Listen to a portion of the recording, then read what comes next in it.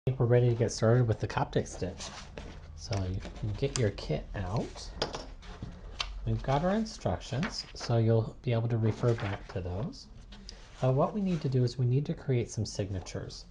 You should have a couple of boards as well. We'll just set those to the side because we don't need those quite yet. But what we're going to do is actually create quartos. And so I have prepared the material so the grain is going in this direction as opposed to the other. And so for the quartos, what we need to do is we actually need to fold this in half against the grain. So we have it like so. And then what we want to do is we want to tear those a little over halfway. If you happen to find a serrated or non-serrated butter knife or letter opener, that works really well. And then what I do is I take those loose ends and line that up. And then we'll have a self-contained signature. So we're going to repeat that for the other one as well.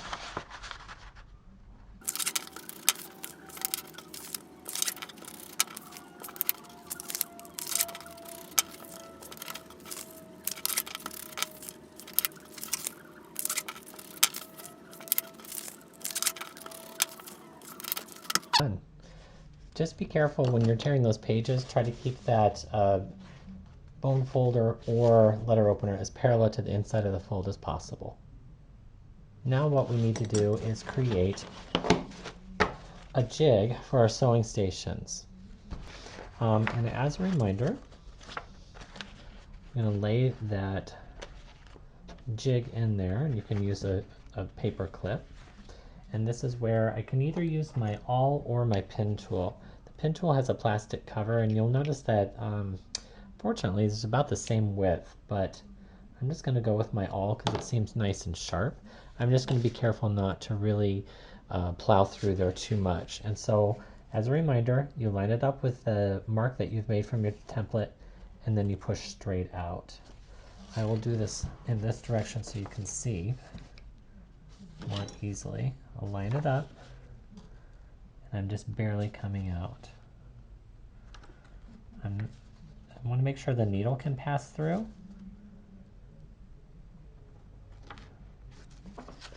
And once I have that completed, then I will switch this out and do the next one. And I'll do the same for all 8 signatures. Now that the signatures are, all the holes are punched, we're going to hold on to that template and put that off to the side for now.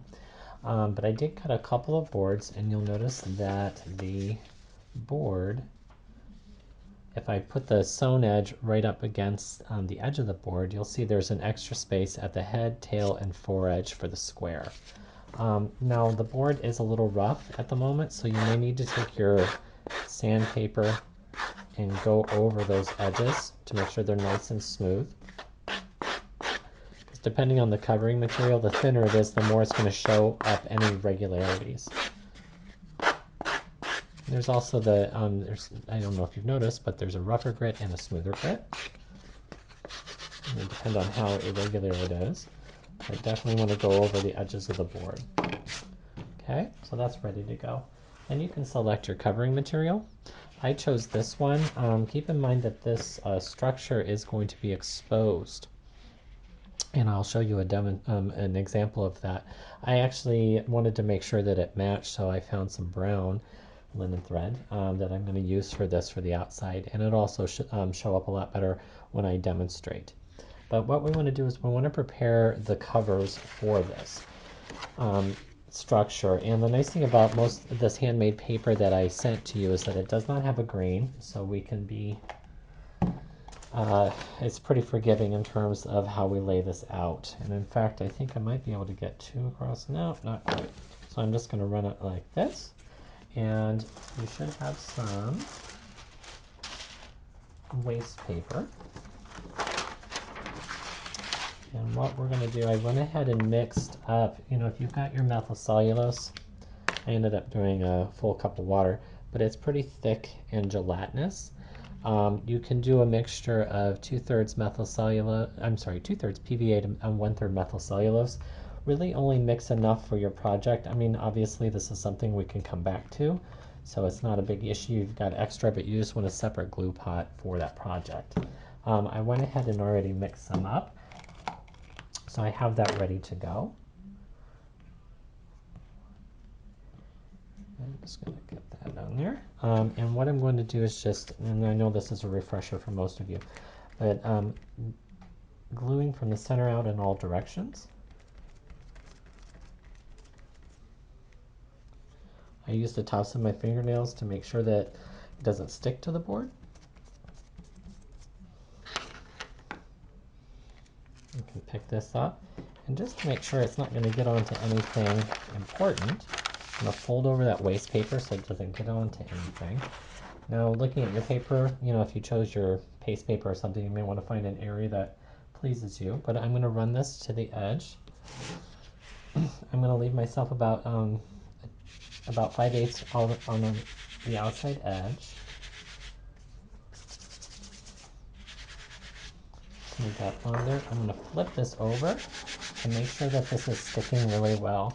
You can use your bone folder, but just keep in mind that it can shine the paper, so you want to put a protected piece of newsprint over top of it.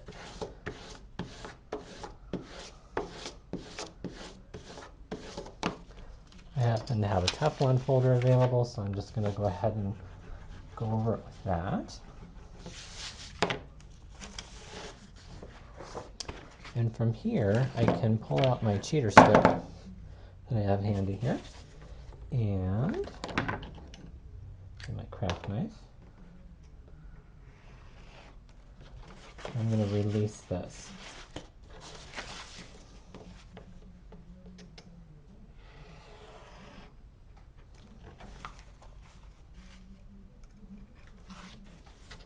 And I'll save this covering material for the other one. So, as a reminder, we've got this adhered down really well, but we need to come at least a board's thickness from those corners. You can just do a 45-degree angle, otherwise you could do a 45-degree angle on the edge, and then a 60-degree angle at the head and tail, and that will create more of an overlap. I'm just going to go with my 45-degree angle. In fact, I'm just going to eyeball this at least a board's thickness away. Get rid of my little bits there. And now I can go ahead and glue my edges. I'm going to start with one of the 4 edges first.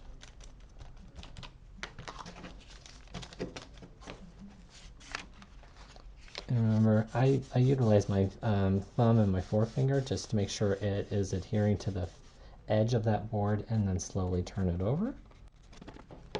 And don't forget to pinch those ends down. That helps keep it from getting super pointy.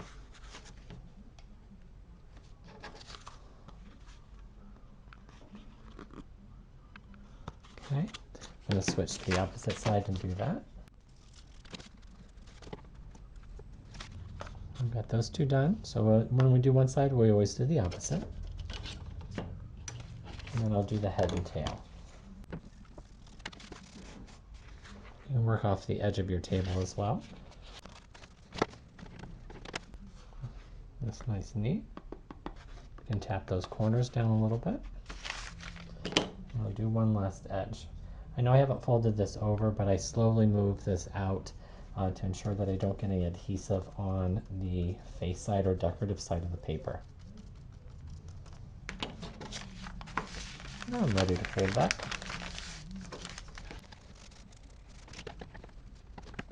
So now I have all 4 edges turned over.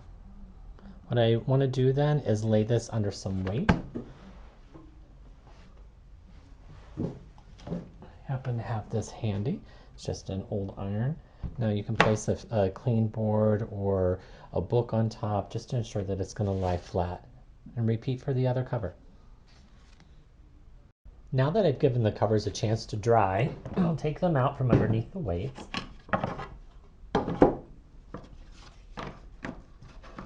And what we need to do next is actually punch holes or sewing stations on the cover. I pre-did one. A really easy way to go about that is to use your jig. Now I chose symmetrical marks, so that makes my life a little bit easier. But what I can do is just line this up with the edge that will be the spine edge, and I gave even spacing at the head and the tail. And then all I need to do is line up with one of those marks and go down the line. At least I can see where that is. And then what I want to do is take my awl and definitely go through about that much. You just want to make sure that the needle is going to be able to pass through the hole. And I'll repeat that for on the other sewing stations. There we go. And I have both covers complete. The next step is to actually get my thread and needle. Put that aside. We are going to use a curved tapestry needle. See, it's got an angle to it. I did pre-wax the linen thread, and for this structure it's nice to have something that does have wax because it really helps to bind those knots as they're exposed on the outside edge. But essentially for this, what we need to do is thread this like we've done before. The thing that you're going to find to be a little bit more of a challenge is that the end of the needle, it is rather sharp, and you will most likely stick yourself multiple times. And so what you want to do, you're going to secure it the same way that we've done before. So I'm going to hold on to this and pull it all the way down past the eye of the needle until I can't pull anymore. And then I pull to the side until that slip knot goes up to the eye of the needle. That'll make sure that everything stays in place. All right, I put a piece of paper down so it might be a little bit easier to see as I'm sewing. But for this structure, it's important to know that you will be sewing on the cover and the first signature at the exact same time. And so I highly advise you to have the handout at your disposal so you can actually go through the pattern as the illustrations list it. Any dotted line denotes that it's on the inside of a signature. So if I'm following even just off of the visuals, I'm going to start off in that first sewing station, and I'm just going to pull this through until I have enough to tie. Then I'm going to grab my cover. I want to make sure the face side is down, and you'll see that it loops around the outside of the cover and then goes in that first sewing station. You want to make sure that your holes are open large enough to accommodate the needle. I had to repunch mine and push them through just a little bit more just to ensure that they were going to stay put. So I want to give this a little gentle tug, but then what I need to do is I need to go back onto the inside of that signature, that same sewing station, and this is where we're going to be tying a knot. So I'm going to open this up. You can see that you can make sure that's nice and taut. I'm going to tie this twice. I can leave that extra tail there for now. But as I go to the next sewing station, I'm going to exit, going from the inside to the outside. And then I'm going to go through the cover. So you may have to, you're going to have to teeter this back and forth, and maybe a little cumbersome at first.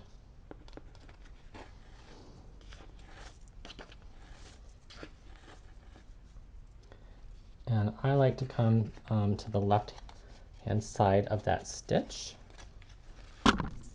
Oops. I'm going to tighten that up. And then I'm going to go back into that sewing station. And I'm going to repeat this for the other 3 sewing stations.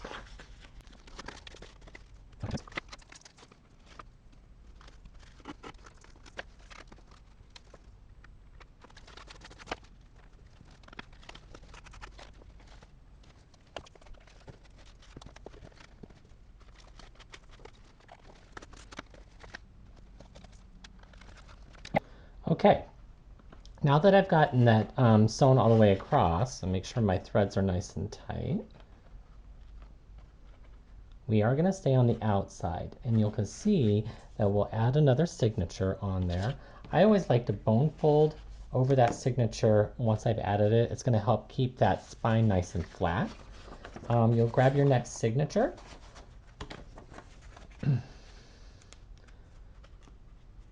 And then what you'll do is you'll jump up to the next sewing station, going from the outside to the inside. Then I'll exit the next sewing station.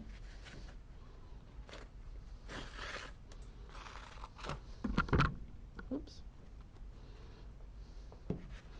And then what you need to do is you need to go between the threads that are directly below. You do not want to puncture any of the threads because then it just won't tighten up.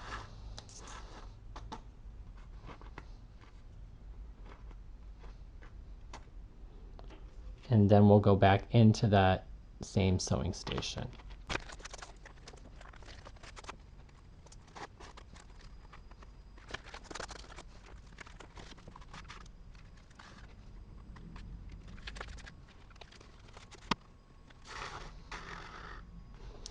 And once again, I'll stay on the outside. So I'll bone fold over that, make sure it stays nice and flat. Grab my next signature and go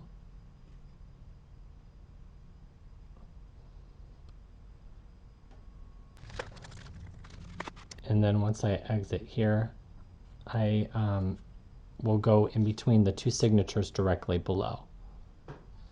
And you'll repeat that. So you always go in the same direction in which you're sewing to catch those. And this is what's going to cause that chain pattern. And I'll go back into there, and then you can see how that's going to get repeated. I've continued to sew on all the signatures, and you'll see that the chain pattern really starts to accentuate as you go, as you build up the number of signatures. One thing to keep in mind while working is that sometimes this awl will actually help you get in there to tighten up strings. I used a heavily waxed linen thread, and it was a little problematic. I did have a slight tear, but I was able to mend that. The important thing for this structure in finishing it off, so I'm about ready to exit the second to last signature. So I'm going to exit there. Remember to bone fold over that surface. And then what we want to do here is we're going to stack the other signature. And this does not get sewn on quite yet. And then I want to have my cover ready to go too. And this is probably the most confusing or complicated stitch. And please refer to your handouts. Ooh.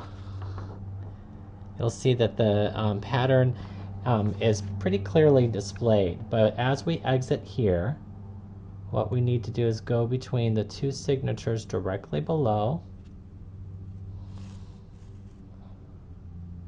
You go all the way across the cover here, and so I know this may be a little bit cumbersome at first.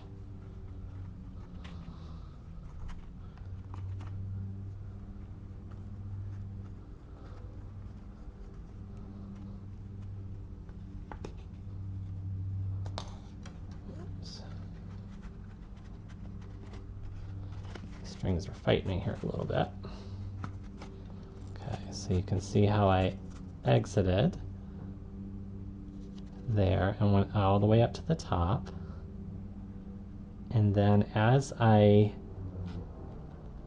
come out in between there, what we need to do is we need to go between the two signatures, and technically the three signatures directly below, because we want to continue that chain.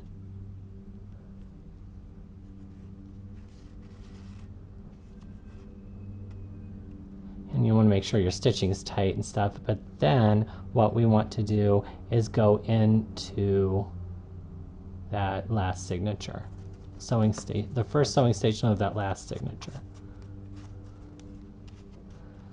And I'll point it out here, and then I'm going to sew that.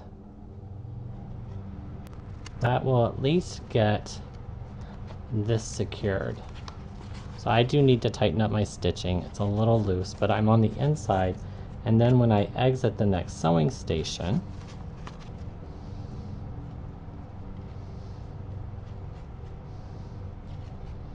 I'm going to loop around the cover, go through that hole,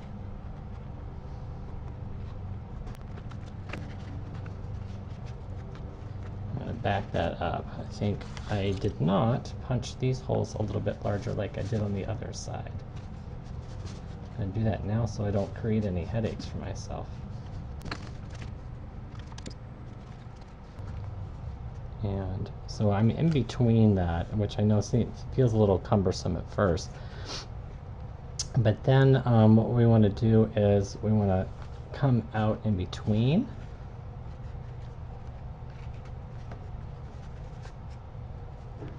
I'll line these up so it's a little easier to see. Then I need to go between the two second and third to last signature to complete that chain.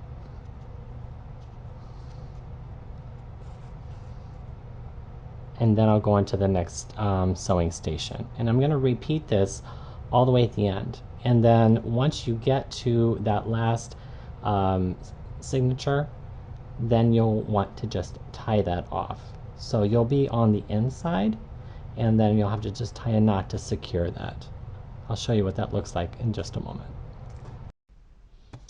So as you can see, I got the rest of the stitches done for the cover, and once I got to the end, I just went ahead and very carefully tightened as I went along.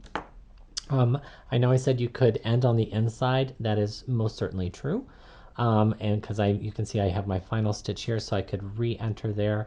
The other thing that I could do is I could go between these, the last two signatures, and create what we should remember as a kettle stitch. And you pull it up towards the next signature, and you may even want to do that twice, but that can help finish it off too. Now I realize that leaves a little strings. I've seen people put beads on here and tie knots. You know, of course, if you have it on, if you left it a lot longer, it could be a hanging book of sorts. But regardless, you want to trim this down about a 1/2 inch, and I put a clip on there to keep some of this stuff together. Don't have to do that. And then that one that we started off with. So, you know, you can see if we ended on the inside, it would also have the same sort of appearance. But our book looks pretty good. We've got the different stitching. I do have another example too that because of lighting and whatnot, it might be a little bit easier to see what that looks like, but it's the same process.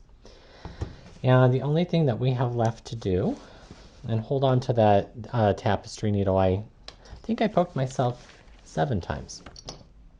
But I have my same mixture that I used before. I'm going to get some waste paper, and the one thing I need to do is that at least on one side, this is a loose sheet, but on the other side, it is still closed. I would need to tear that open to release that sheet, and then we're going to glue that in on each side. And so what I like to do is to lay that waste sheet on the inside. I've got my mixture. And I'm going to make sure that's right on the inside. And I'm just going to carefully glue. I don't want it to spill out over the edge where the stitching is, since this is an exposed binding. But you definitely want it to stick. So you may need to use the tops of your fingernails or what have you to keep this in place. I can take this and remember to get rid of that waste sheet, because that PVA mixture is not our friend.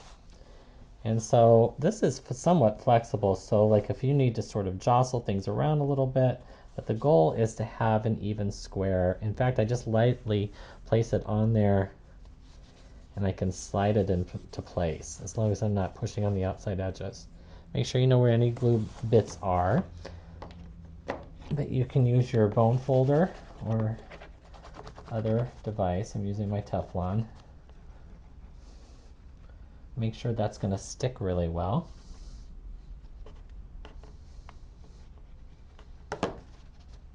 You definitely want to push it. You'll see this will pronounce the linen thread that goes under the cover. You want that to adhere and make sure that's sticking really, really well.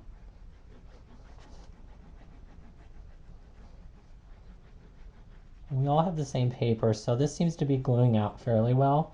You don't need to go heavy with your adhesive. But once I have that secured, I'm just going to repeat the exact same procedure for the back side. Once you've done that, it's important to press it again for at least an hour, if not overnight. And then you can tear open pages as you use your book.